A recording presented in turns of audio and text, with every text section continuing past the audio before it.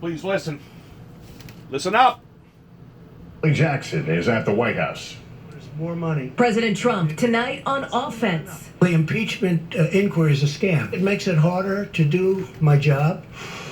But I do my job, and I do it better than anybody's done it for the first 2.5 years. Now, new fallout from the emergence of a second whistleblower. This one with firsthand knowledge of that controversial call in July between President Trump and the leader of Ukraine, according to the attorney for the first whistleblower. The person is also cooperating with the Intelligence Community Inspector General and might be able to clarify lingering questions about the call, in which President Trump asked the Ukrainian leader to investigate a political rival, Joe Biden. The president's Republican allies, dismissive. All of the world knows more about this phone call than the second or the first whistleblower. Democrats disagree. You know, there aren't a whole lot of people who are listening in on those conversations, and those people have finally said, this is crazy, this is enough. House Democrats are now considering having the original whistleblower testify privately at a remote location to protect the person's identity and perhaps masking his or her face or voice, according to the Washington Post, as the standoff with the Trump administration escalates. Democrats demanding documents from the Department of Defense and the Office of Management and Budget about military aid to Ukraine, a topic at the center of questions about a quid pro quo. Those two new subpoenas bringing the total to 5 against leaders in the Trump administration in a fight that shows no sign of slowing soon. On a different fight, today the president lost a court battle to keep his tax returns secret, with a judge tossing out his suit to keep them from the Manhattan district attorney. But the president won't have to hand the returns over right away, Lester, not until an appeals court weighs it. Hallie Jackson at the White House, thank you. And the president is facing sharp criticism for his plan to pull U.S. forces out of northern Syria, just as our allies in the fight against ISIS are being threatened. The plan even sparking backlash from some of the president's allies. Richard Engel has late details. With critics saying it puts gains against ISIS at risk and leaves U.S. allies, the Kurds, open to attack. Tonight, President Trump is defending his plan to pull U.S. troops out of northern Syria. We only have 50 people in that area. That's a small sector. And I don't want those 50 people hurt or killed. The president tweeting, it's time for us to get out of these ridiculous, endless wars. But the Kurds are blasting it as a betrayal, warning they could face ethnic cleansing, even genocide by Turkey, which is preparing to launch an attack against them. The Kurds fought shoulder to shoulder with U.S. Special Operations Forces for 4 years against ISIS. We joined them extensively on the front lines and saw how much elite U.S. military units relied on them to fight the terror group. They led it, and they paid for it in blood. What kind of partners did you find them to be? Committed, dedicated, formidable. Tonight, the president's plan is being slammed by many of his allies, calling it catastrophic and a grave mistake. Republican Senator Lindsey Graham saying it's a stain on America's honor. This decision was made with apparently with no consultation or deliberation with military experts and advisors, and that's how presidents get themselves into trouble. After the backlash, the president tweeting he would totally destroy and obliterate the economy of Turkey if they went too far against the Kurds. But there are now also fears about these detention camps, holding tens of thousands of ISIS fighters and their families. The Kurds say they now have to focus on defending themselves, not securing the camp. This all started after a phone call between President Trump and Turkey's President Erdogan, after which the White House issued a statement suggesting that the U.S. would not oppose a Turkish advance against the Kurds. Tonight, a senior administration official is walking that back, saying there was no green light. Lester? Richard Engel in Istanbul, thank you. We're following tragic news at a hospital in central Pennsylvania. 3 newborn infants dying recently in its neonatal ICU while being treated for an infection they got there. Here's NBC's Rahema Ellis. Tonight, this hospital in Pennsylvania is transferring some babies after 3 newborns died from an infection in the intensive care unit. The infants, all born prematurely, were being treated at Geisinger Medical Center's neonatal ICU when they contracted the waterborne bacteria. In all, 8 babies were infected, 4 recovered, 1 is still undergoing treatment. In a statement, the hospital says the other 3 may have died as a result of the infection, complicating their already vulnerable state due to extreme prematurity. Pseudomonas is a very common bacteria, but when it gets into a hospital system, it can become dangerous because it can become drug resistant. And for premature infants, that can unfortunately prove fatal. As a precaution, China should start an investigation into the Biden. Because what happened in China is just about as bad as what happened with Ukraine. I haven't, but it's certainly something we can start thinking about. Cecilia Vega with us live tonight from the White House. And Cecilia, what does the White House say about all this? Was the president joking when he asked China to investigate Biden? David, we've been asking repeatedly so far, no comment from aides here. The president was just asked about this. Also, he's not commenting either. But tonight back on Capitol Hill, the focus is on that first whistleblower. Democrats are planning to take extraordinary steps to protect this person's identity when they meet. They're talking about obscuring voice and appearance, possibly having congressional aides conduct the interview without members of Congress. David, Democrats say they're worried that Republican allies of this president might try to reveal the person's identity. All right, Cecilia Vega starting another week at her post at the White House. Cecilia, thank you. Next tonight to other news, and authorities reporting 2 security breaches at 2 different airports in Florida. A woman in Orlando allegedly getting by TSA and the flight crew to board a plane without ID or a boarding pass. And in Miami tonight, a passenger bypassing the gate agent has now been detained. ABC's David Curley covers aviation. This is the woman authorities say got through security and onto a jet without a ticket, finally escorted off after a 45-minute standoff. Now, I know the protocol of flight attendant. The woman undetected until Jenny Clemens boarded the Delta flight from Orlando to Atlanta and found the woman in her seat. She just said, I'm not moving. Turns out, according to the TSA, she was able to sneak past the TSA officer checking IDs and boarding passes. She was screened, but then snuck by the Delta gate agent too. When confronted, she told a flight attendant she threw away her boarding pass and suggested a selfie on her phone was her ID. I need a okay, well, I'm showing you a picture right now. This is just as good. 48 hours later, this morning in Miami, authorities say another person blowing past a gate agent. This man taken into custody and hospitalized. It's unclear what the motive was for either person and whether either of them will be charged with a crime.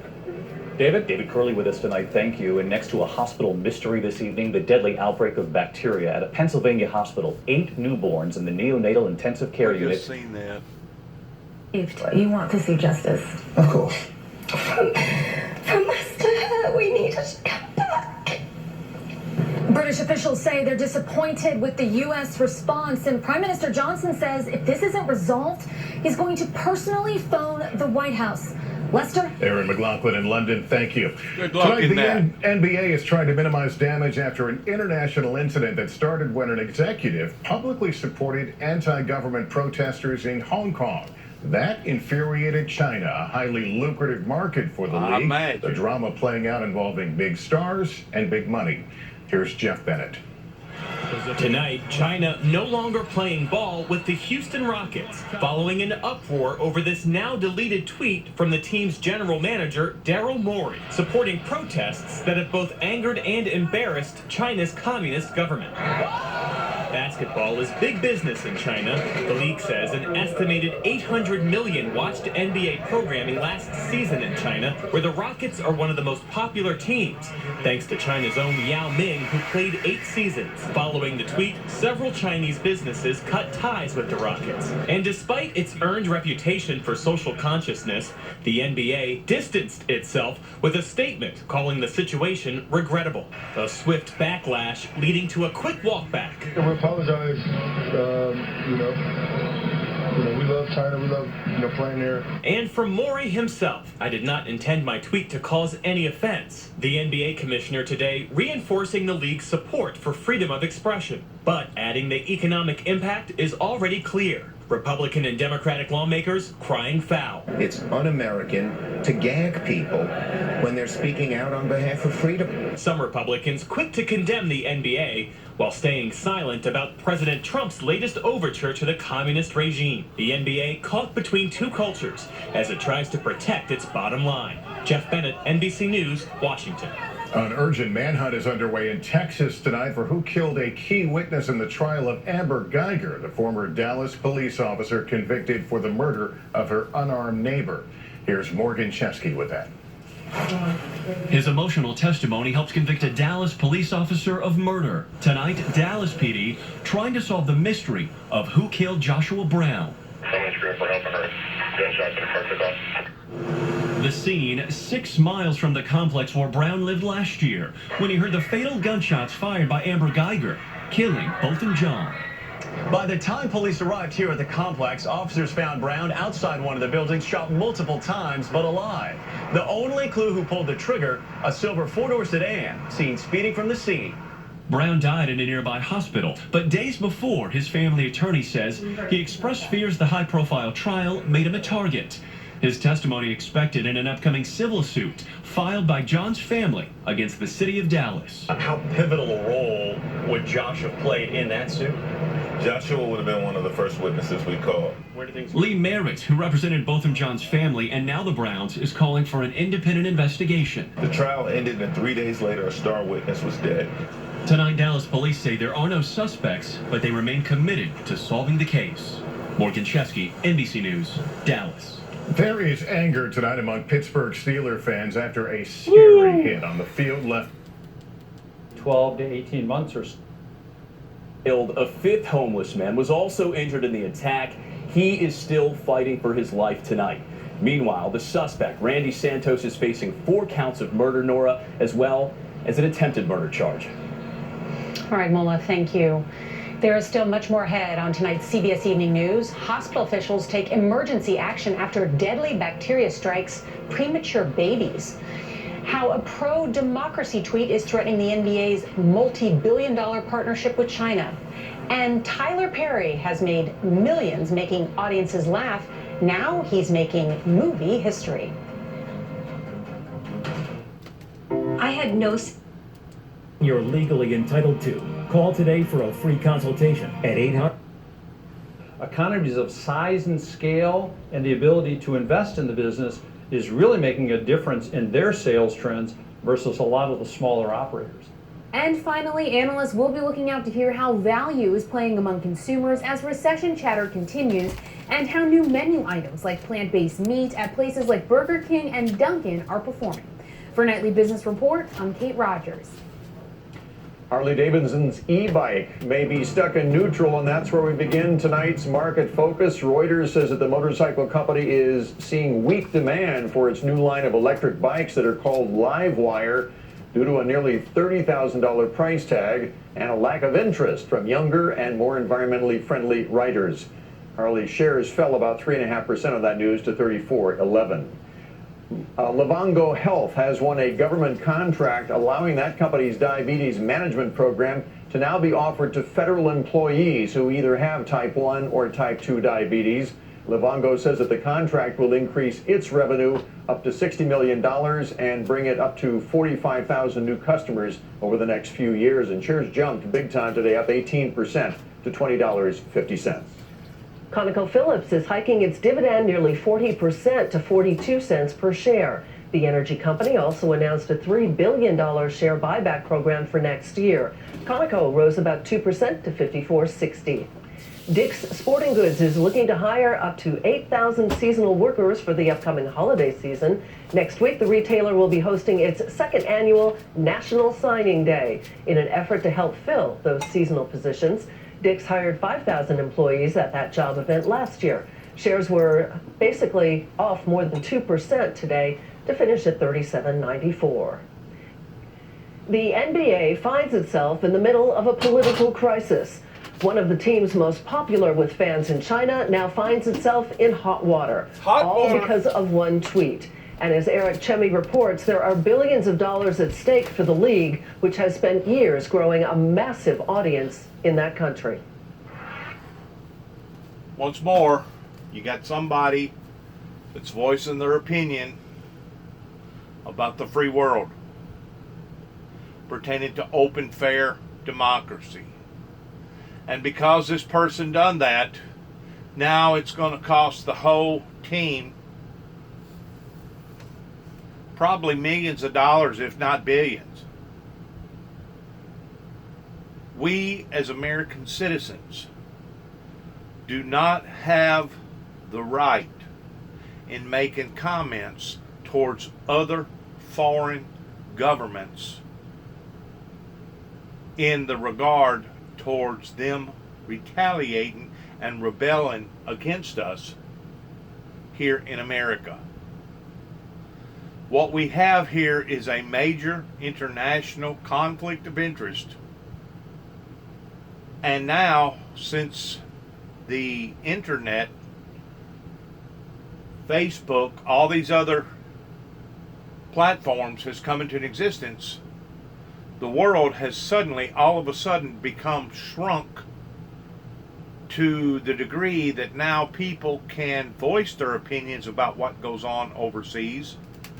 But you have other countries like Russia, China, other third world countries, communist controlled countries, that are appalled to the lifestyle that we live over here. What we have is a communication barrier of the old world versus the new world pertaining to the free world. And it's really sad because it's going to have some really, really bad complications on account of it. Houston Rockets general manager Daryl Morey tweeting on Friday night an image saying, "Fight for freedom, stand with Hong Kong." That led to an immense backlash from the Chinese government and some of the NBA's major Chinese partners. The NBA issuing its own press release calling Morey's tweet regrettable, while Rockets owner Tillman Fertitta distanced himself from Morey's message, saying the Rockets are not a political organization, nor does Morey speak for the team. The fallout has put the NBA's relationship with China on thin ice, a relationship that the league has been carefully nurturing for decades. Today, Forbes says the NBA's China division is worth more than $4 billion, or $133 million per team. While the league has allowed players and coaches to be vocal on domestic political issues, it has taken a different approach with China. The league has boasted about the 300 million basketball players in China and the 500 million people who tuned into an NBA game last year. Over 20 million people watched Game 6 of the NBA Finals. The league's media deal with China's Tencent is worth over $1.5 billion. Tencent has already said it would not show Rockets games. That comes as a slew of other Chinese sponsors have cut ties with the Rockets. That is a twist because the Rockets are perhaps the most popular NBA team in China due to Yao Ming, who played his entire NBA career for the Rockets. Yao is now the chairman of the Chinese Basketball Association, which has cut ties with the Rockets as well. The Los Angeles Lakers and Brooklyn Nets will play in China this week as part of the league's preseason global tour. Nets owner Joe Tsai is a co-founder of Alibaba and issued a lengthy statement against Morey, connecting it to a history of foreign interference in China and the threats to its territorial integrity and sovereignty. At stake is a business that has been notching double-digit growth in China since 2008, and internet viewership of NBA games on Tencent has tripled in just 4 years. For Nightly Business Report, I'm Eric Chummy. So, with billions of dollars at stake for the NBA in China, the league clearly is in damage control right now. And joining us tonight with some thoughts on that, Dean Crutchfield's back with us. He's CEO of the crisis management firm Crutchfield and Partners. Dean, good to see you again. Welcome back. Good to see you. Good. Thank you very much. Commissioner Adam Silver is going to be in China as part of those exhibition games. He's going to hold a news conference. What do you think he should say? Well, I think he's got to be very direct about his message. You know, he's got to be, yes, apologetic to China for maybe the upset it's caused them, but I think he also has to defend American principles. We have to show leadership. That's what makes America great. We can't kowtow to China, but there's billions of dollars, as we know, at stake here, so it's a very sensitive issue. You know, he's basically going to be skipping through the raindrops, and, having to manage it very delicately. But what he does need to do is respond boldly. Now, what can that mean? It can mean different things, but most importantly, it has to be done in bold step forward, and that has to be done with the view that America is good. But it is a fine line, is it not? Because the league is getting criticism from players and from politicians about kowtowing to China. So how does he walk that fine line? How does the league and the players, how do they walk that line? Well, I mean, what you need to do is look at, what's the best message to put forward. Now, marketing is a great way of unifying people, and what's needed in this crisis right now is going to be a lot of marketing coming out over the next days and weeks, because that can unify. Brands basically are meant to bring people together, but sport is meant to unify points of view. And this is about a sport, so they can use the sport as a platform, as a mantle to communicate a message of how to unite people's points of view around celebrating sport. So basically what he needs to do is defend the position they took. He needs to deny that there was anything about sovereignty or any imposition towards China, and he needs to deflect the responsibility of the situation to Daryl Morey, who made the statement and did the tweet. That's what they need to do. So defend what they've said, delay the ultimate response, deflect the responsibility to Morey, and basically defend their position. Absolutely critical. Along those lines, should Rockets owner Tillman Fertitta fire the general manager who tweeted that? I think, look, if this was another business, he would be fired for this. This is a breach of conduct. This is a situation where you made a statement that you should have known, shouldn't have been sent. You didn't seek permission. In a corporation, this is a fireable offense. I think the ultimate thing they need to do is they have to get rid of Morey to show that they mean business. It's going to be interesting to see what Adam Silver does, in fact, say this week. Dean Crutchfield with Crutchfield and Partners. Again, thanks for joining us tonight, Dean. Okay, thank you. Coming up, want to let your car do the driving? Experts say not so fast.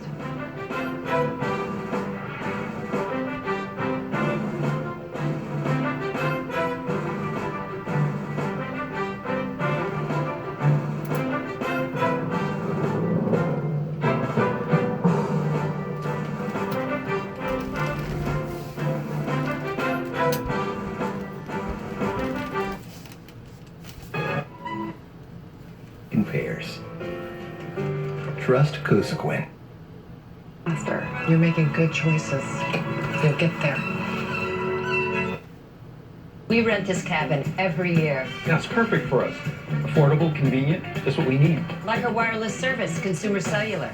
We get everything we need at a really great price. Consumer Cellular offers.